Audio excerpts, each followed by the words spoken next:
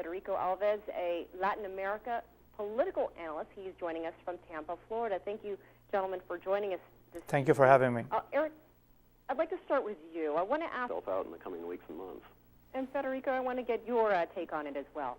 The legacy of Hugo Chavez, I think the historians in the future will recognize that he was basically a criminal mastermind. He built an empire based on intimidation, torture, bribery, supporting the guerrillas.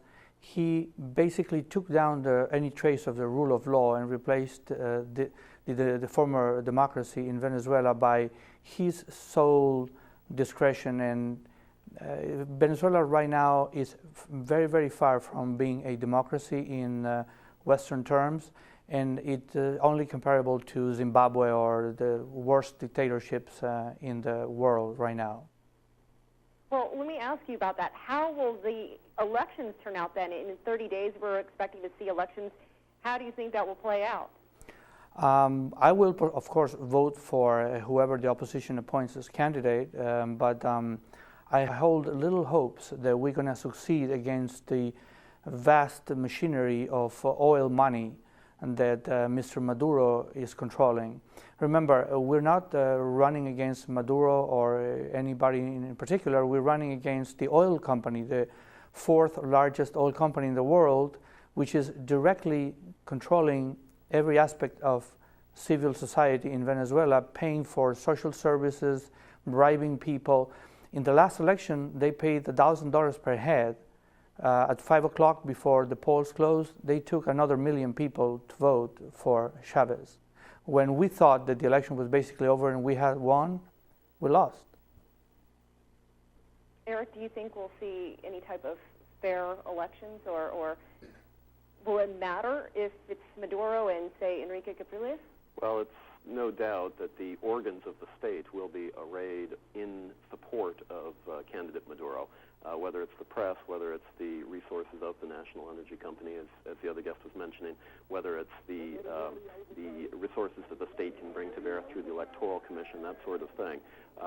But I think it's a challenge for the Venezuelan people. There's no question about that. The opposition has strengthened over the years. They were strong in the last elections in October. And it's up to them to unify around their candidate, and hopefully the international community will also be able to talk to the Venezuelan people in a way that will reinforce the message that the democratic process has to be respected, and therefore it's on that basis that the elections should be conducted, hopefully in the next few weeks.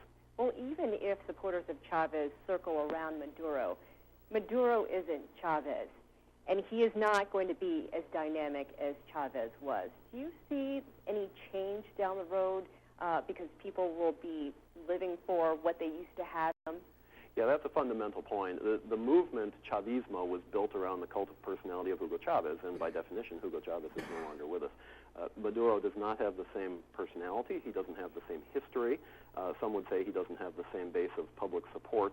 So he's going to have to establish that in the next weeks and months ahead. He's going to have to take steps to show his loyalty to President Chavez and the Chavez legacy, and that might mean he would speed up some of the steps in terms of the revolution going forward. It's going to be complicated, and I think it's uncertain how this is going to come out.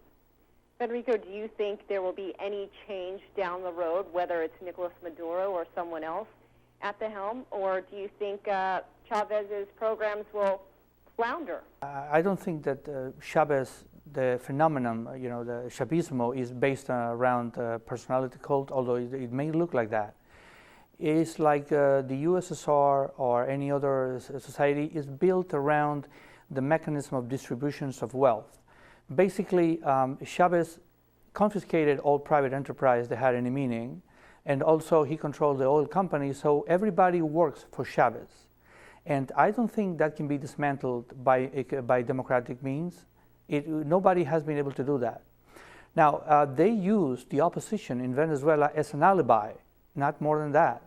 We are allowed to control 49, 47, 40% of the National Assembly, but never more than that.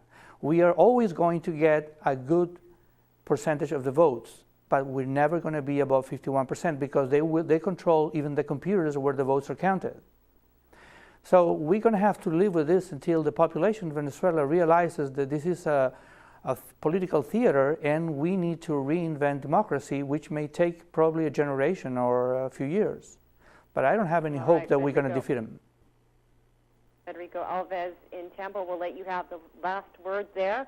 Eric Farnsworth here in D.C., thank you so much both for your time. Still ahead, we continue to take a look. Thank you very much, Mr. Alves. You're clear, sir. Thank you. You're all clear. Thank you.